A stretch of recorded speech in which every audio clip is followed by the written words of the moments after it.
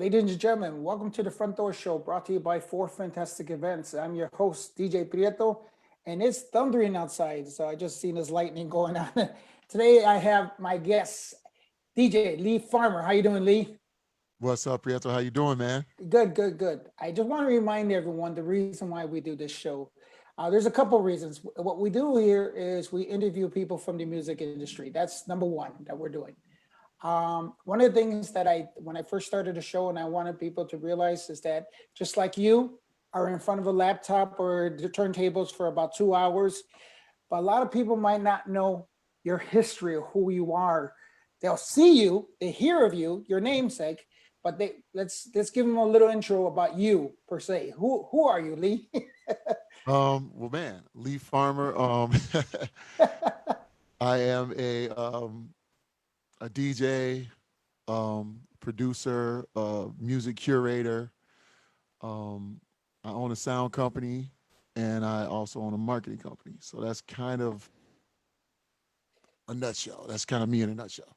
Is that under leefarmer.com or what they would need Uh, to. So, so a lot of this stuff is under either like just DJ Lee Farmer, but my sound company is called Maximum Audio Visual. My marketing company is called the TCG Collective. I own that along with my partner and comrade in arms, Freddie Baez.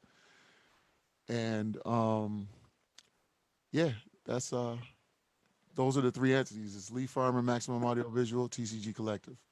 Okay, so Lee, let's start from the very beginning. I know you for a long time, so I know more about your history. But let's talk about what did you start out in as business? When did you start doing what you were doing as a DJ? How old were you? Oh man, so I started. I can't say professionally DJing, but I started messing around and playing around on turntables when I was about 12. Okay, Um, and man, I grew up in a neighborhood, man, of a bunch of cats that ended up becoming like really good DJs. So I grew up in Maywood on 22nd Avenue.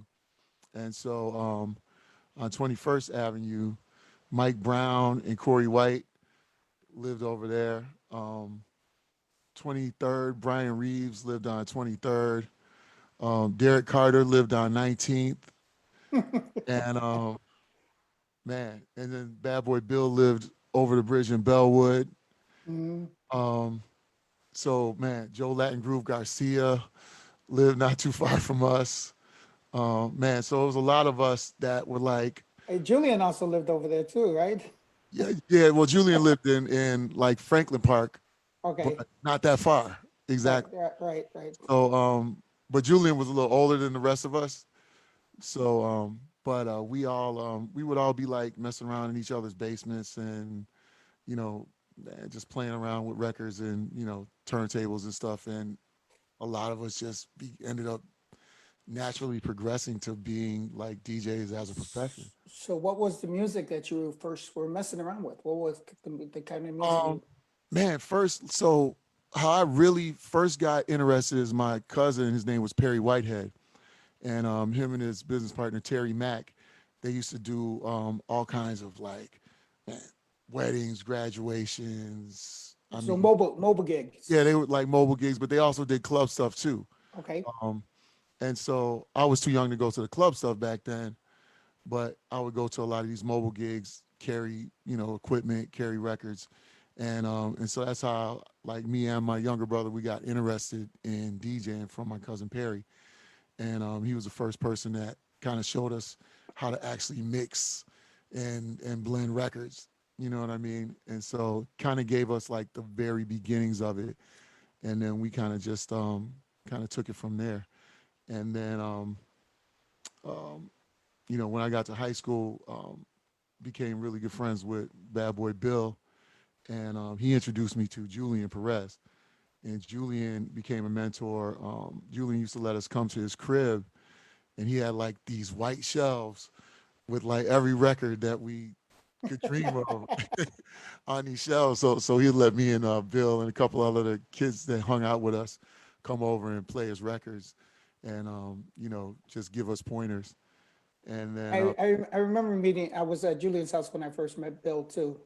William, excuse me, William.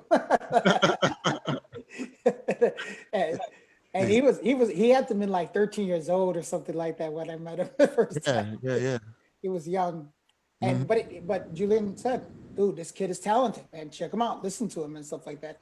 And I heard him, and I heard him scratch the first time. I was like, whoa, what, this guy's got something. Yeah, man. Bill was dope, man, because his work ethic and just like, man, that dude practiced. Like we would be out like chasing girls and playing sports and stuff like that. Bill would be in his room DJing. He would come out and play basketball with us though, because Bill could always hoop. But other than that, man, that dude was like on those turntables. He That's he all. reminds he reminds me of what Metro. Metro was kind of the same way. DJ Metro, Yeah, Christian, he was the same way. The worst technique. I was DJ practicing, practicing, practicing. So I yeah. get it. So I mean, so you're doing this, hanging out high school time. You're practicing. When do you graduate into? I guess do you do your own mobiles or do you go your own nightclub or how did you? Where did you? So I mean, I really was just really kind of DJing at home. And I was more just really hanging out with my boy, and you probably Kenny Mahone too back in the day.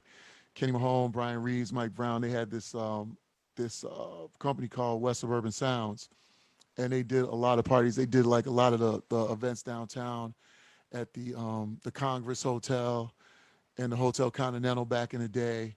And so those were like my boys. I grew up on the block with them. So I would really just be hanging with them. I'd be hanging with Bill at a lot of his gigs, and I would just be DJing at home. You know what I'm saying? Not really, because I was more into man, like writing songs. And me and my brother would just kind of be like writing songs, and we were more into like kind of trying to um, make records, but we didn't really have equipment that early back then. Yeah, because I know your brother. Your brother went into more of the music making aspect Yeah, of yeah, it. yeah, exactly, exactly. So my brother, he ended up producing Amusement Park for 50 Cent, and he did, man, most of the production on Roger Sanchez's hits, and got a couple Grammys. And actually, my brother and I did a bunch of songs as well together too. So, but that came way later. Right, right. So through Julian, I ended up meeting Mike Hitman Wilson, and became friends with Mike. And Mike kind of was the person that really taught me production and like how to like produce vocals and just how to put a song together. And so I kind of learned all of that from Mike, and kind of translated that back to my brother. And so me and my brother kind of like learned all of that. Mike kind of taught me, and then me and my brother kind of perfected that stuff together. We went out and spent all of our money and got like a little bit of studio equipment and put in the basement, our dad's basement, and started. I remember the place. Yeah, exactly. Uh, so then I ended up joining the military when I graduated high school. Okay. So I ended up going to the Persian Gulf. What, um, what branch of military did you? Navy, joined the Navy. Navy, Okay. went to the Persian Gulf. But then I ended up being a DJ. We had a ship of 1,400 people, and we had a radio station. So I ended Okay. up being a DJ on the radio station. I ended up being one of the DJs at the base club, and I Nice. ended up forming this singing group with these guys and producing and writing the music for that while I was in the military. So then I came back from the military, reconnected with Bill, and then I helped him create Mix Connection Multimedia and Moody Records and International House Records. Um, So if people don't understand what that meant, you helped build. Maybe you can elaborate because the way you say it is like, oh yeah, I helped them, but what exactly does that? so, Mixed I mean, media. obviously, the records that came out under that time period, but Bill, so I mean, really how it started, Bill was doing his mixtape series. I had just come back and I had always helped Bill like distribute his mixtapes to the stores and that kind of stuff. Um, and when I came back from the military, Bill was they had this whole crackdown on unlicensed mixtapes. They were like cracking down on, Wonder. yeah, yeah. I'll get to that story later between me and you. But, so he wanted to do legal mixtapes, but he needed to figure out how to license the stuff. So I jumped on board with him, and we kind of figured out together between me, Bill, and this guy Michael Ryden, who was known as DJ Floopty Scoop at the time.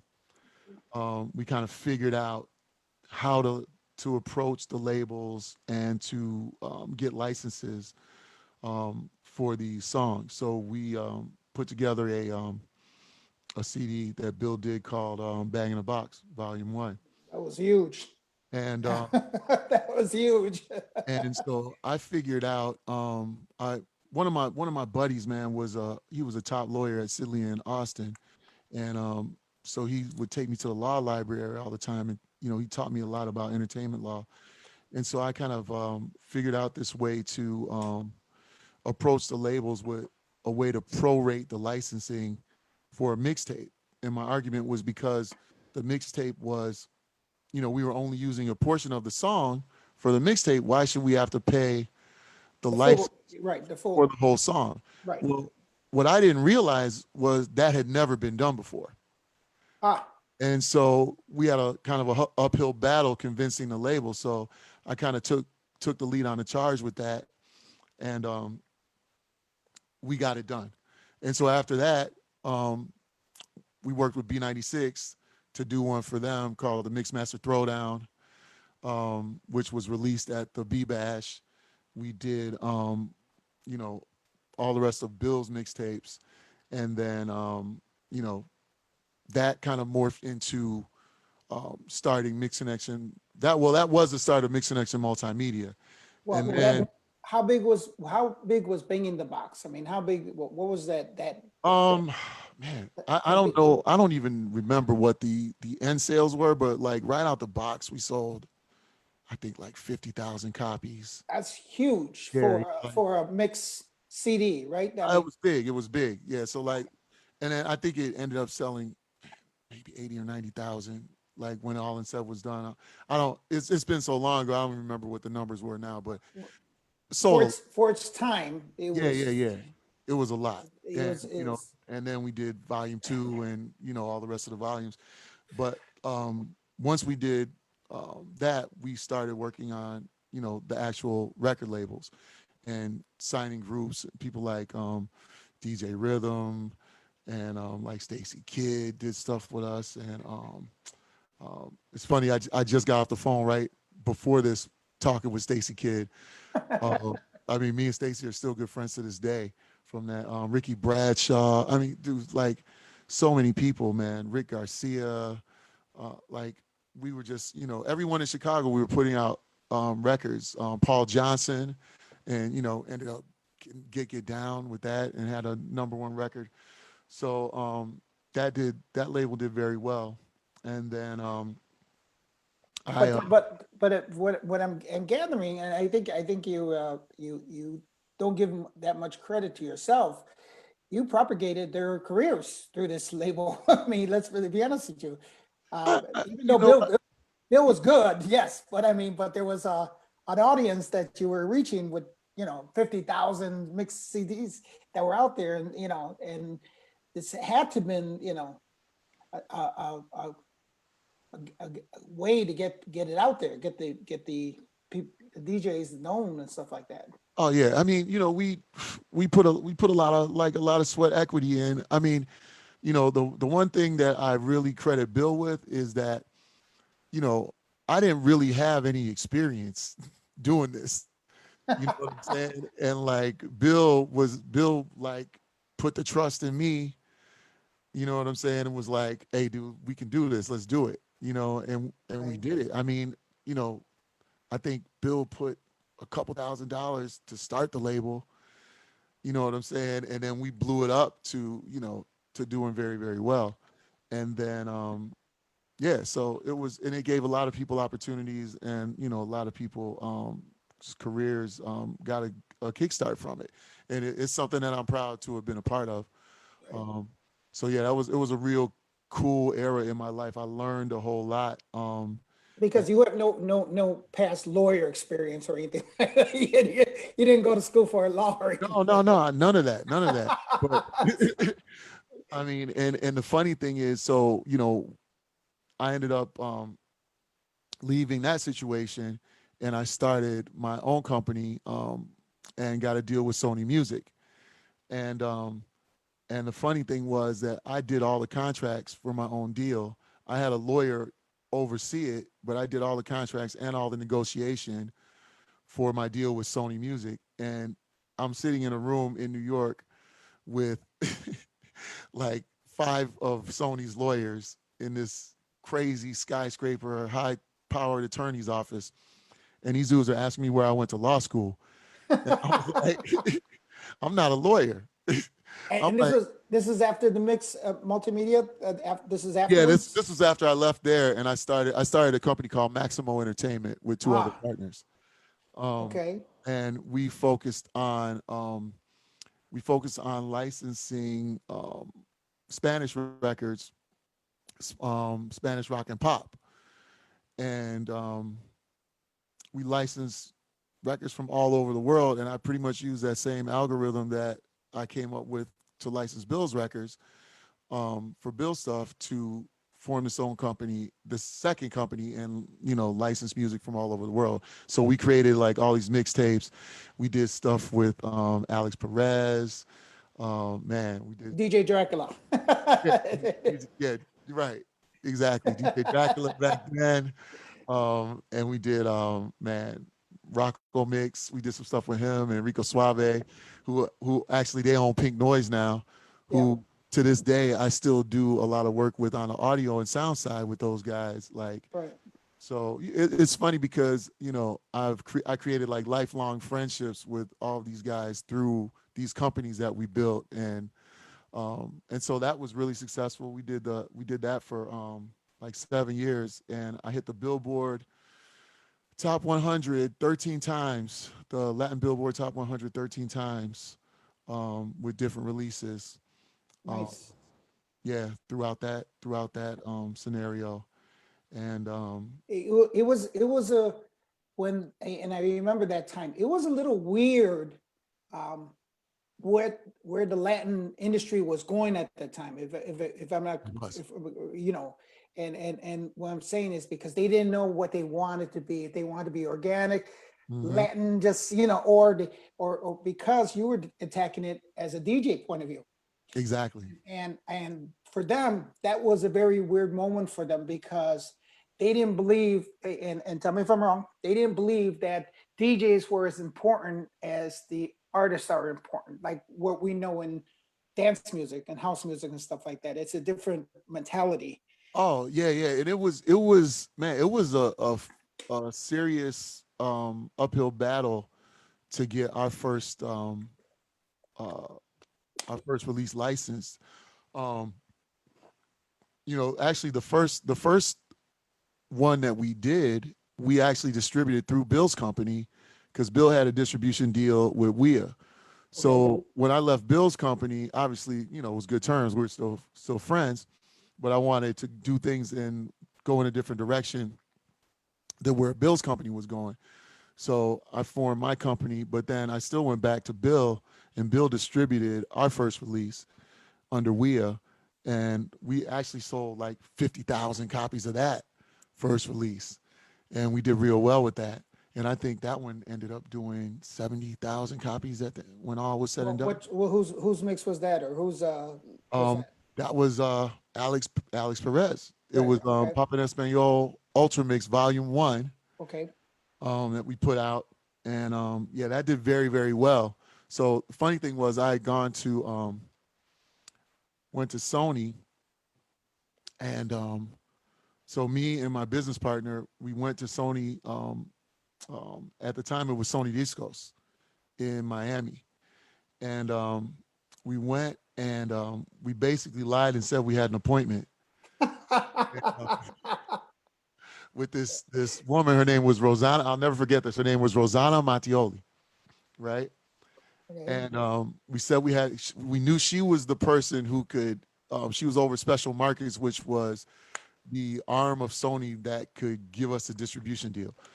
So Right. she worked under Oscar Lord, who was the president of Sony East Coast, and who worked directly under Tommy Mottola, right? Right. So we go in there, we lie and say we have an appointment, and so they let us in the building.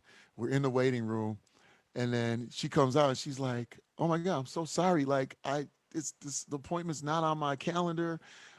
I don't even know what's going on." Like, and she was like, "I do have a couple minutes though. Like, just come in my office, right?"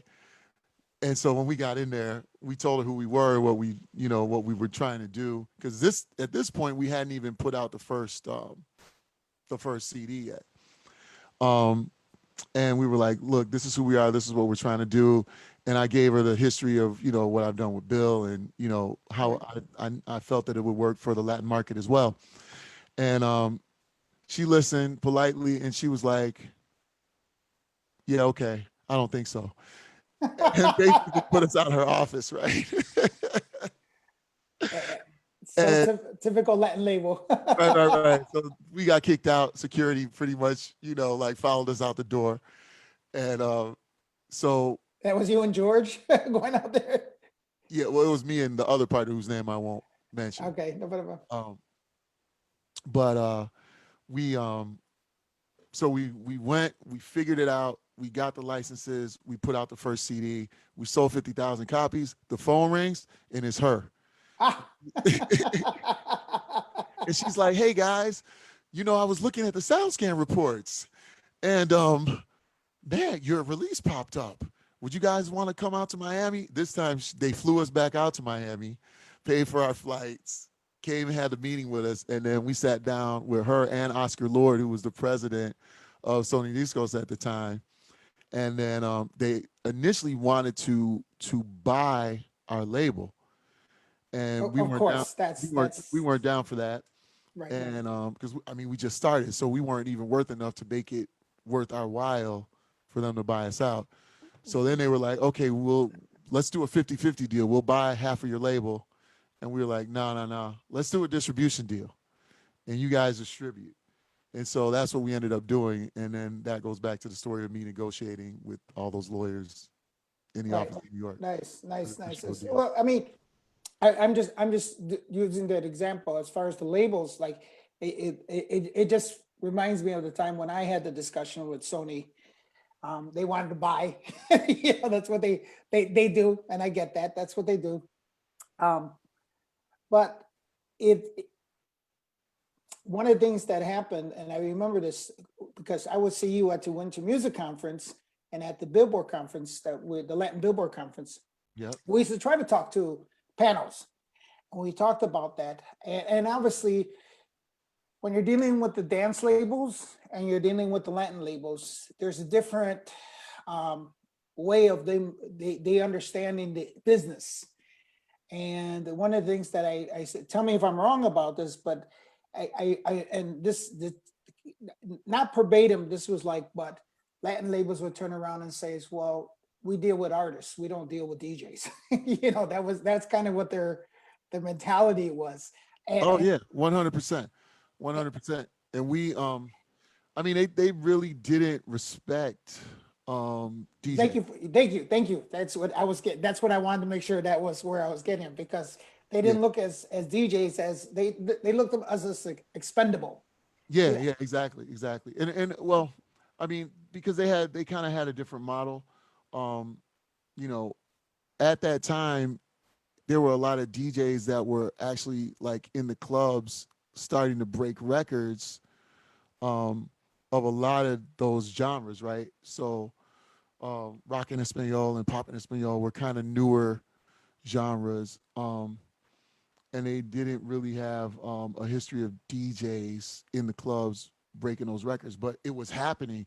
There were DJs all across the world, not just in the U.S. because this no, was yeah, global music, right. right? And so there were DJs all over the world that were in the clubs that were breaking these records, and the record labels weren't understanding or giving credit to these DJs that were making these records hits.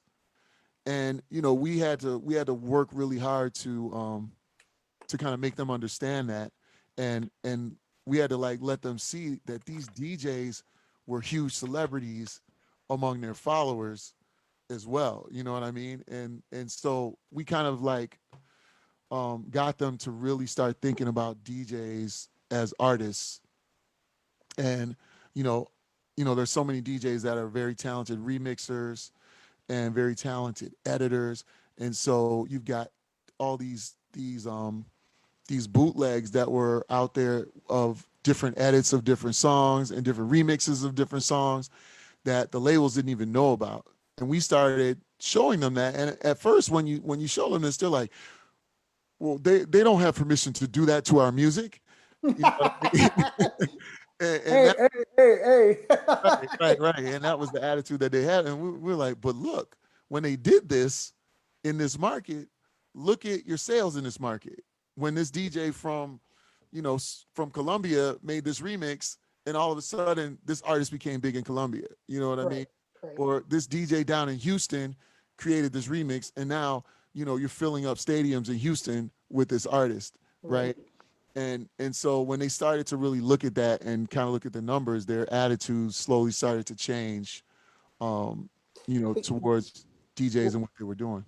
Well, talking to Caveman, and now I'm going to give you an example. I don't know if you've seen Caveman's interview.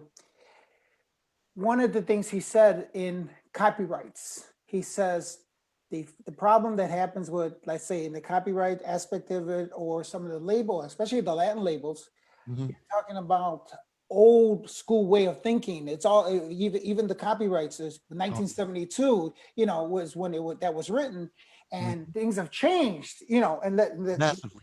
and this is 1996 that we're talking about. So this is a different world than let's say when the label was first started in the 70s and the 80s and stuff like that. Exactly. So they didn't understand that they didn't understand how to catch up. They were still living in the listening to grandpa's music basically, or the mentality. Oh, exactly, exactly. And I mean, realistically, in 2020, the copyright laws still haven't caught up. I mean, No, and that's exactly what Caveman said. He said exactly the same thing. He goes, that's this whole thing with Facebook and everything else that you can't, that's it's insane. I mean, just think about this, right? So as DJs, we go into a venue and we basically there's something called fair use, right? So as a DJ, we can go into a venue and we can play anything we want, right? Because it's fair use. And the venue is responsible for taking care of ASCAP, BMI, CSAC, and whoever songs are being played, right? So generally, and I'm a partner in a venue, so I know this. There is, you'll pay them each like $1,000 for the year. mhm, So there's a fourth society that just popped up now, um, that is representing like artists like Bruno Mars and a bunch of other people, right? So now you're gonna probably have to pay four societies, right? But the venue, they just pay a blanket license, and it's based on square footage, right? So however big your venue is, then you pay this much money to the societies, to the they call them the pros, right. The BM the happen, performing yeah, rights organizations, right. and then that's it. And then the artists get their money, the DJs play the music, the venue gets their money, and everybody's taken care of, right? But when you translate that to the digital form, you have companies like Facebook, and they're feeling it now because everybody's boycotting them for a whole different reason. But Facebook and Instagram, they refuse to pay the pros their money. And so what they do, instead of paying the artists what they deserve and allowing the DJs to play music and break music and do what they've always done, it's pay. And so they'll shut the DJs down, and they've created these algorithms that will flag music of companies that they know will come after them, right? So, for example, on my birth stream and I was on Instagram and Facebook. They shut me down like 7 times, right? And it was all Warner and Sony, right? Because it would come up and say you are, a song that is owned by Warner Brothers Music. We're going to shut you down. There will be like a thing that pops up in your stream, Right. right? So, but the reason that they have that is because they know that Warner and Sony are going to come after them for that money, and they don't want to pay it. And so that's what the problem is. It's just these organizations that don't want to pay it. Now, companies like Mixcloud, and that's why you can go on Mixcloud and you can do a stream, and Mixcloud is paying, and you don't have to worry about it as a DJ. It's Right. regular social media. Right. companies. No, I get that. So let's go back to your history. I apologize because I know we were, so you created Maximo, Oh, and yeah. you're doing this with your what happens with Maximo? What happens with the DJ aspect of it, and what you're doing as far as So, funny thing is during this whole time, um, I'm DJing events. I was doing weddings, clubs, all kinds of stuff during that whole time. Actually, when we first started, because when you put out a CD and you're selling it, right, you're paying for all of these, things that you like advertising. You had to pay for retail space in the stores. We were in like Walmart and Kmart and all these places, and we might have to pay like 30 grand for, um, you know, positioning in Walmart, and another 20 grand for positioning in, Sam Goody and all these things, right? So we had to come up with a lot of money. So most of the money came from me and my partner George, and George and I started a wedding DJ company. So we were doing crazy amounts of weddings. I remember. And And so we were taking the money from the weddings and we were using that to help finance the record company. And that was one of the things that helped us get by was, DJing. DJing has always been like, the thing that has helped to finance some of the other ventures that I've gone Right. into. Yeah. So anyway, that lasted. We did well with that. We had one of our partners who stole from us, and literally like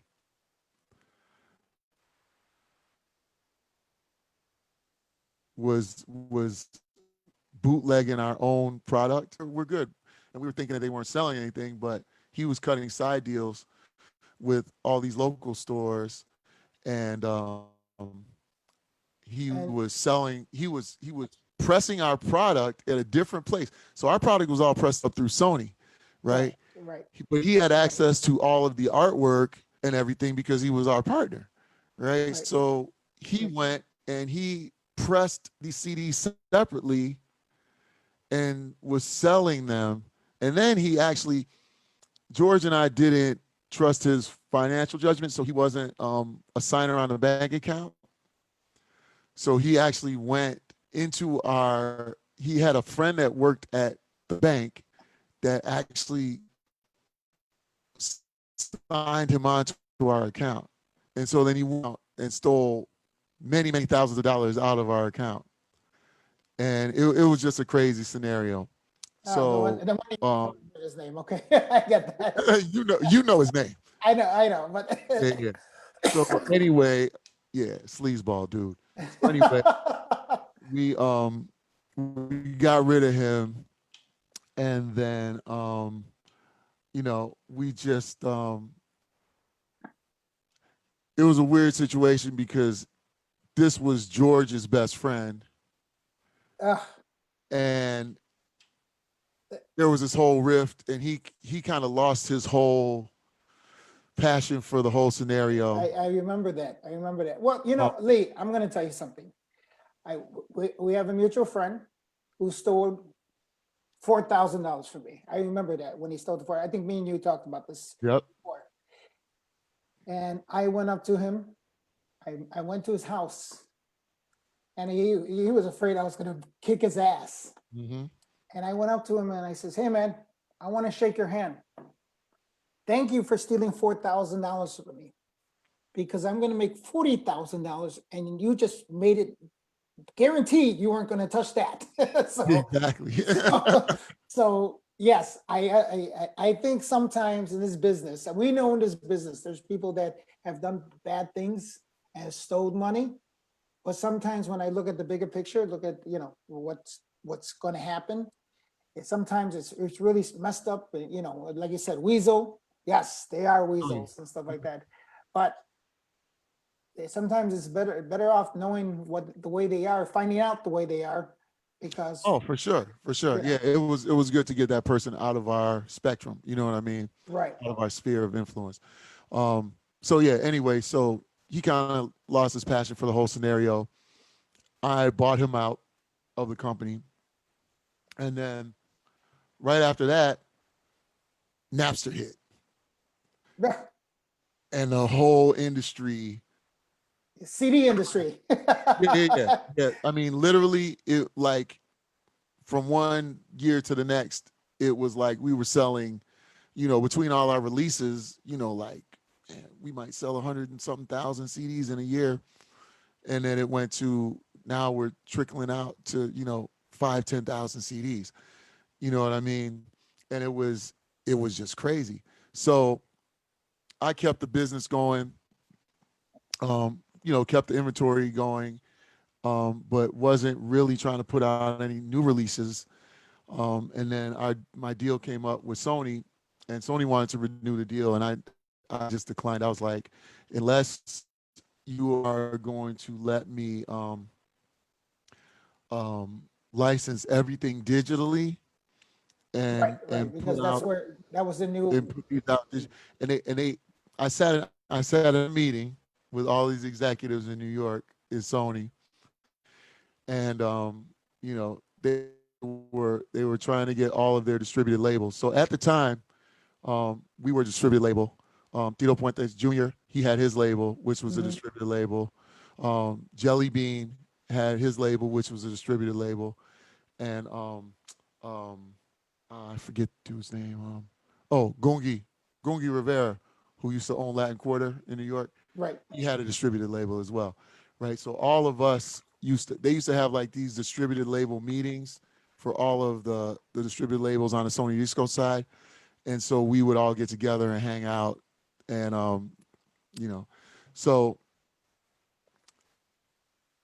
they brought us back to New York because they were looking to keep all of those distributed labels, and I don't think anybody re-signed with Sony. All of us were telling them that we need to move into the digital realm, and they were just 100% against it. And I told them, I told most of those dudes, I said, you know what? I said 5 years from now, none of you guys will have your jobs. And literally no, I mean, and five it years goes later, back to none that of whole them thing have about. jobs. Yeah, no, but goes back to that mentality of their old school way of thinking. It's Yeah. just, and even I don't think you were there at the Billboard conference. I kind of had the same conversation with them. This is right after the Napster. I was at the Yep. Billboard, and that's when I had was working the reggaeton market, and we're talking to the labels and exactly that, the digital aspect and stuff like that. I go, in 5 years, you guys are not going to be here anymore, because you guys are looking at it like this in tunnel Yeah. vision. Blinders on. Yeah. Yeah, you're not looking at the big picture out here. Um, the dance community, dance music, they knew what was going on. You know, Yeah. Yeah. They figured it out. And I mean, if you just look at it, Apple is the biggest music label in the world now. Yep. They sell the most music, you know what I mean? And it's just crazy that like you had Universal Music and Warner Brothers and Sony that had a lock on the market, and Apple is the biggest retailer of music now. Yep. Agree. And all of them had a huge head start on Apple and could have gone into the digital realm at any time. They owned all the catalogs of the music, and Apple was the one that did it. So, I mean, you know, and a whole lot of those guys lost their jobs and they're not even working in the music industry anymore. Right. And I'm still here. So, So after you don't sign with Sony again, what happens with you and your career? What happens with Lee Farmer?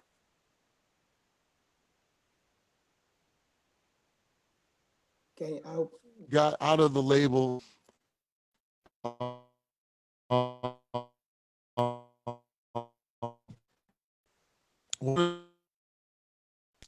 Uh, I think my internet may Is that have you or me? frozen. Is that you or me? It may be. I'm strong. So Can you hear me? yeah, I can hear you. No, I think it was me. I think it was me. Okay. Yeah. Of events. Um, Oh,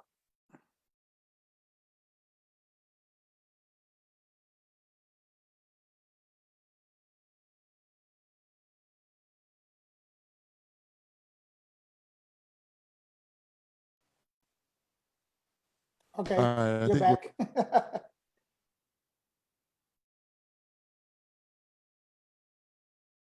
okay.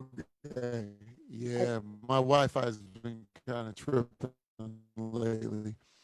Um, so anyway, I was doing a lot, and I learning how all that stuff was happening. I was watching all the people that were producing the events and just kind of taking notes, and you know, I kind of figured out I could do it better. And so I approached this company I was doing some stuff for. It happened to be Shivers Regal at the time, and I convinced them to let me create a program for them. And I created this thing called Shivers DJ Live, and I built out like the whole. I built out a whole deck outlining the whole program, just off the top of my head. And they were like, "This is brilliant. We love it." And they were like, "Let's make it happen." And so I ended up building out like this like half semi trailer with a whole sound system, DJ scenario with these dancers and DJs, and the whole truck toured around the country. Um, and that was the kind of the start of me really getting into the marketing game. right. Uh, so I kind of took my success from that, and in the meantime, I started like this little limo company, and I think you remember it. You might remember that scenario. Yeah. And, so I was having issues with my drivers, right? And so I ended up driving a whole lot, and that wasn't why I started the whole company because I made a lot less money driving than I did DJing at the time. But because I'm the company, drivers would call off. I'd have to end up driving. So I ended up driving these dudes from the UK and ended up chopping it up with them. So they ended up having this huge ad agency in the UK, and they were looking to put together this music program for one of their clients, which happened to be Motorola. So I'm driving these dudes, and I'm like, you know what? Let me show you a video, right? So I showed them some stuff, some video that I took. Set up a meeting with them, went to their office in Chicago, showed them a video of the stuff that we did for the Shivers DJ Live program. Right. They were, like, oh man, that was brilliant. What can you do for a Motorola? So they had this thing called the Rocker Star phone that was coming out. And so I ended up building this program. They had Wyclef and Fergie from the Black Eyed Peas as their ambassadors. So I ended up building this program, which ended up being this musical boot camp for artists that we did at Wyclef Studio in New York with him and Fergie. And I put that whole program together, ran the program. I brought in like all these dope producers and artists to help teach the boot camp. And then the winner ended up getting a deal with Universal UK. So, and this was a whole thing for the UK, but we did it all in the US. And the contestants flew out from the UK to go through this boot camp that we did, partially in another studio, and then partially in Wyclef studio. So from there, um, Freddie Baez good friend of mine, was always in the like marketing business, worked for liquor companies, all of that. And Freddie was always bringing me in to help with programs that he was doing, either DJing or do sound or, come up with ideas. So him and I just decided, what, let's just get together and form a company. And so we did that, and we started working for this other marketing company called ETM out of Atlanta, doing like sub stuff. And we ended up working on this program called Master of the Mix, and that these guys ended up landing. And I ended up becoming the technical producer, the tour DJ. Freddie ended up becoming the director of the whole marketing effort, and it became real big. We did 3 seasons. Ended up working with Just Blaze and Kid Capri, Victor Duplay, DJ Scratch, a whole lot of people that I've ended up doing more stuff with, since then as well. So, and ever since that, man, me and Freddie have been moving strong in the marketing world, working for brands like, man, Don Julio, Smirnoff, man, Crown Royal. Um, Most recently, we've been doing stuff for Bacardi, working on a lot of stuff for the Illinois Well, Lottery. you had me, you hired me for an event. That's right. That's right. A couple of events. I did. Well, that was last year. I hired you for the Bacardi event, Yeah, and I had you and Jesse De La Pena at the Don Julio event. right. I remember Yeah, that yeah, was at the paint store. Where right. Yeah, that was cool. yeah. And So we've got to do some real cool stuff. We've got to, bring in some really dope artists and DJs. We ended up working with Madonna, doing a program with her. Um, nice. yeah, all kinds of really, Well, really dope stuff. you had brought a band at the Bacardi event, at the Flamingo Club. Oh yeah. Uh-huh. So all the guys I knew from because it was Cuban based. You were doing Exactly. Yeah, I it did the was Cuban band. So yeah, we work across all multicultural stuff. nice. Um, and then we just formed a company called 42nd Parallel that focuses on Asian American marketing. Oh, nice. Yeah, so we're building that. It's growing. Still DJing, still producing. Um, got But records out that are on Spotify right now. You can find them on TrackSource. Um, but yeah. you're still through this whole COVID thing, you started something too, right? Did this Yeah. whole So one of the other things that I do. hey, switch off the hats. Hey, so I kind of got into this lane of curation and curating music and bands and artists for different companies. So I work with the Mariano's grocery chain right now. And so we started this pilot program where I was curating different artists and bands in their flagship store in the West Loop. Um, and it was going real well. People loved it. The Mariano's team really loved it. And then COVID hit. And so we had to stop all of that. So myself and the director of marketing at Mariano's thought about taking it online. And so we did it. And we started doing kind of like acoustic artists that either played and sang, like solo artists. And man, it kind of blew up. So I think we just did Seismic 2 weeks ago and had like 20,000 views on that.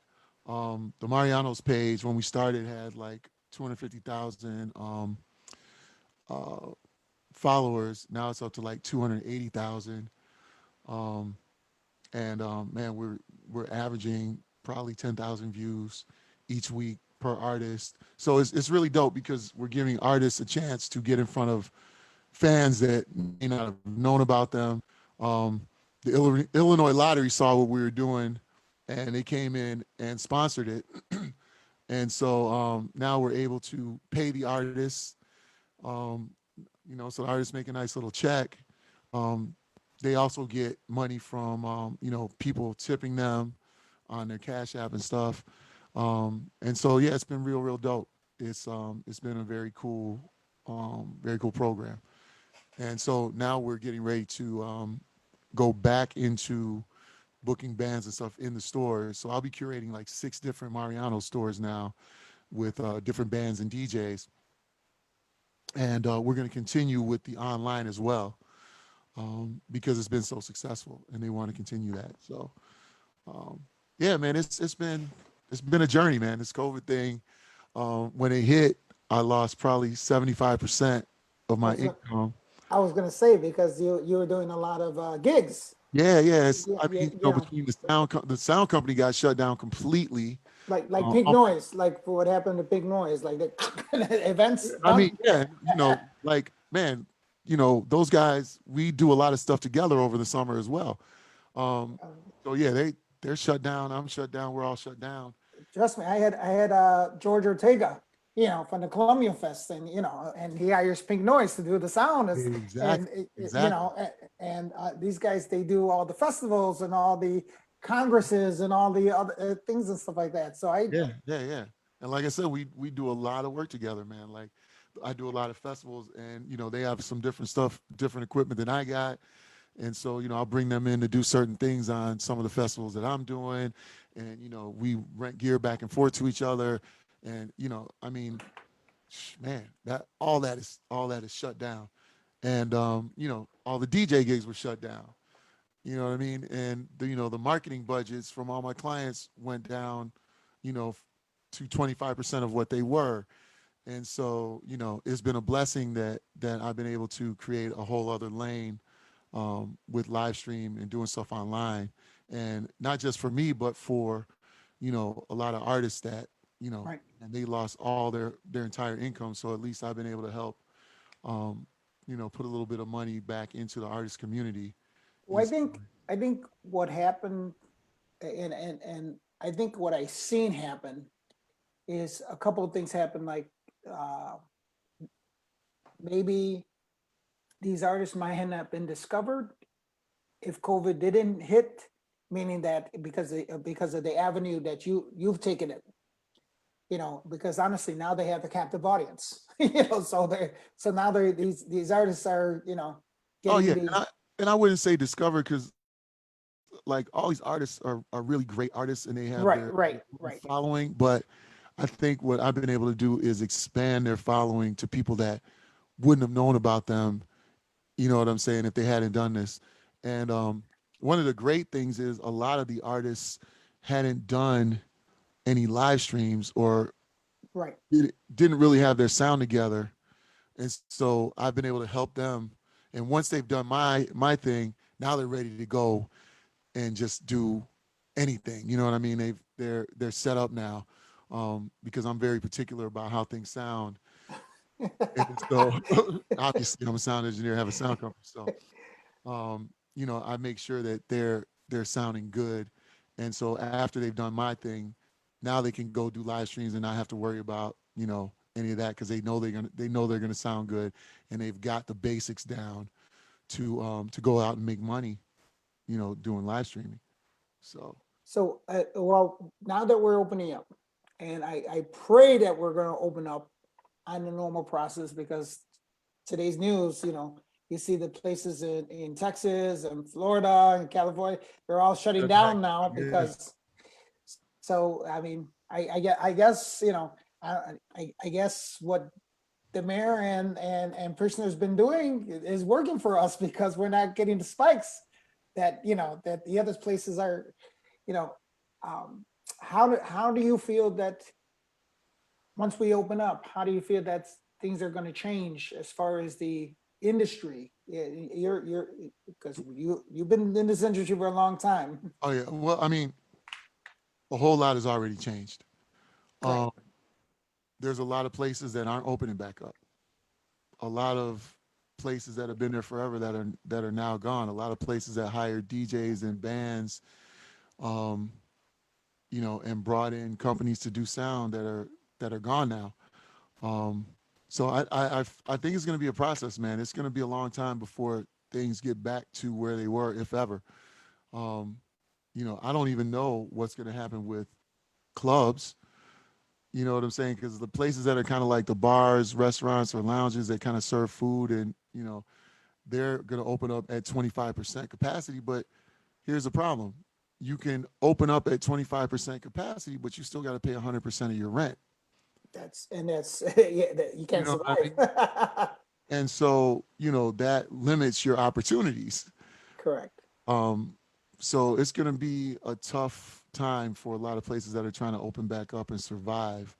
And then I think there's going to be fewer opportunities for DJs and bands in the short term. So they're going to have to kind of try to figure out new places and new ways to showcase their talents and make money. Right. Because there was this article about live venues, you know, talking about 2 years, Yeah, and who can survive in 2 years of no income? that's what I'm You know, saying. How yeah, how do you yeah, how do you get through that? You no, know, and the crazy thing is, it's it's it's been a roller coaster for a lot of these venues already. You I, know what I I, mean? I agree because in the past, what, 4 years, 5 years, Mm-hmm. it isn't like the surge it had in 2010. Let's put it Yeah, that way, exactly. It's right? been tough for these venues. And then, you look at restaurants. Restaurants have like a 4% margin. You know what I'm saying? So like you got to close a restaurant down. That's why a lot of restaurants are opening back up right now. No, A lot of my favorite restaurants are closed for good. no, I have a restaurant that we all know. They opened up patio and indoor, and on Friday, and there was only one person in the place. I mean, obviously the rain didn't help any, but that's just to give you an idea. If the weather isn't cooperating, if the stars and the moons aren't lined up, are you really going to Yeah, make any you're, money? you're in big trouble. And then the other thing too is people are still nervous Mhm, about doing it. So I'm putting together for one of my clients. I'm putting together these studio shows, which are like full band live stream, in a like a showcase room kind of space. mhm. Pretty much like a studio, but it's like a venue, but just to showcase bands that you can just rent out, right? And you can bring in lighting and sound and everything. But like there's a band that I really wanted to work with, and I've worked with, put a lot of money in their pocket in the past too, and they were like, "Man, we don't want to be inside." And this is a show where there's no people. It's just the band and the sound engineer and the cameraman, and they're worried about being in a space That's enclosed. that's enclosed Right, right. with each other, basically, because it's basically them and two other guys in the room. You know what I mean? And the two other guys in the room are on the other side of the room. Right, So, behind the glass. yeah, but they turned down some really good money Right, because they're worried about this. You know what I'm right. saying? So you just think about the average person that may not come out to go to a restaurant for a long time because they're concerned. So I mean, I think it's going to be a rough ride, and I think everybody's got to just be creative and look at other ways to Did you income. see that what I'm doing with the picnic? Did you see that whole I concept? saw the flyer that you posted, but I didn't get a chance to really click on the links. But I Okay, saw it. so the idea was, you've seen the silent parties, right? The silent Yeah. parties that Uh-huh. they've done. And I've done them at Alhambra. I did Right. the Right. purpose, the reason why I did it at Alhambra, and this is a true fact, is that when we were doing it, the music being played outside at 11 o'clock, they told us to shut down. Got to shut down the patio music. Yeah, Yeah. right, because you can't have words. So I decided to do the silent with the headphones outside, So people could be and on the patio. right on the patio. So obviously there's no sound outside, right? Hmm. So after 11 o'clock, let's say 11:30, the cops come in and they see all these people outside with these headphones on, and they're like, "What's going on here?" And they go, "Oh yeah, we have the silent party going on," and the cops were all like, "Let me get one of those headphones. I want to try this out," and they were blown away, right? But it gave me that kind of concept. And what I'm going to be doing is, between Pablo Punk Out Gonzalez and another guy named Stacy, we're doing basically three sets of different DJs, meaning like I have 6 DJs here. They have another 7 DJs there. But one channel is going to be Latin, another channel is going to be house, and the other one's going to be R&B, step, low tempo, Nice. so we're going to be doing those 3 different channels, but we're going to do it at the picnic area where the space holds 250 people. Hmm. We're going to be doing it so that we're not going to have any live music per se. That's going to be, it's going to be through the headphones. Okay. So that what that means is that people rent the headphones, and they're in their little bubbles, maybe 6 people, 7 people. They get the headphones, and you go with your group, and you go over there, and then 10 feet over there, 10 feet over there. Everybody has their little groups, because no one needs to be in front of a stage, because there's no music coming from a stage. Right. I got you. So that's basically what we're doing, pockets. Using the headphones, Right. wireless headphones for that. So you still have the feeling of being outside. Mhm. Obviously, it's a picnic atmosphere, but you're keeping social distancing as well. No, that's a good idea. It's a good idea. So that's so I think this is one way of handling this music industry aspect of it. And Pablo and all the other guys pretty think it's a good idea. I know a lot of the festival people are looking at us, because if this works, then I think this might be a start of how things to do things the correct way, by Yeah. making people feel comfortable. Well, yeah, and the thing is, when you're doing stuff like that, you have to figure out a way to control people from like just getting too close. If you look at like what's going on in Texas and Florida, man, people are all up on each other and they're spreading COVID like crazy. I mean, I saw some pictures this weekend of Wrigleyville. Man, it didn't look good. It was people like just crushed up against each other in front of these bars. And I'm like, man, I There's hope I hope they don't end up shutting us back down because of no, dude. There's a Latin club that's open right now in the suburbs. I think they've been open up for 3 weeks. And dude, and obviously people are gonna message me and tell me about it and stuff like that.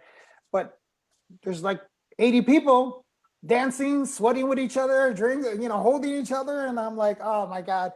And all it's gonna happen is it just takes one of those people to get sick, and you know what the state is gonna do is, they're going to shut everything back down. And but let's be honest with you, didn't the same exact thing happen on the St. Patrick's weekend when the governor told everybody, okay, oh, only 100 people, and what happens? What did they do? they weren't crazy. They went crazy. They were showing places of 800, 900 people, and it pissed them off. And what he's gonna do? You ain't Mhm. listening to me? Wham! he put a kibosh on it all. Yeah, yeah. And I mean, it's tough, man, because how much can the economy survive? You know what I'm saying? Like, at some point we won't have any restaurants or any place to go left. You know what I mean? All these businesses, failing, it's there's something has to be done, you know. Well, I mean, you just said it yourself. 100% of the rent. How can you survive? Those are some of the things that I don't think. I think I, in the extreme aspect of it, I think that's where this whole business, as far as restaurants, nightclubs, and everything else, it's got to have almost like a reset, man. Because I think if you're going to survive, I mean, I think this is just a reality check to everybody across the board. It's a real big reality check. Just like Yeah, and it's I've always been somebody who I'm not a person that just spends money frivolously. You know what I'm saying? Like, so, I'm a saver. So, which is good because when I got hit with this, I had some money saved. So, I'm not going to be homeless.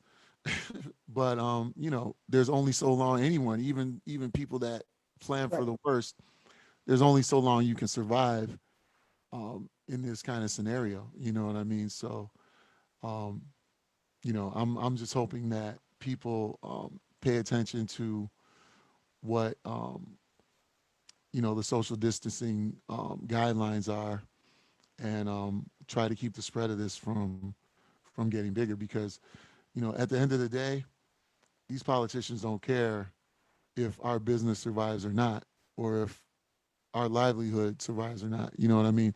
They're looking at getting reelected, and if the numbers go up, they're probably not going to get reelected. If they can say I kept the numbers down, they'll probably get the votes. So whatever they got to do to get those votes, they're going to sacrifice, um, you know, the everyday. Lives, they're going to sacrifice lives. Yeah, yeah, yeah. That's So that's the unfortunate thing is this is and I guess that's the sad reality of this the world we live in right now, because we're dealing with a I don't mean to get this too. I'm not the most religious person in the world, trust me. I'm not the most political person in the world, but I fear for my family and my life. Everybody close to me, anybody I know, I don't want them being hurt. At the same time, me as a promoter, and I'm sure you as doing your productions and your promotions and your marketing, you don't want anybody in that comes to you and enjoys everything you do getting hurt or no, getting sick. You yeah, know, you never want anyone to come to your event and not go home from it, or go home sick and end up dying. Like, that's the worst thing that can happen. I mean, right, so right. you don't want that.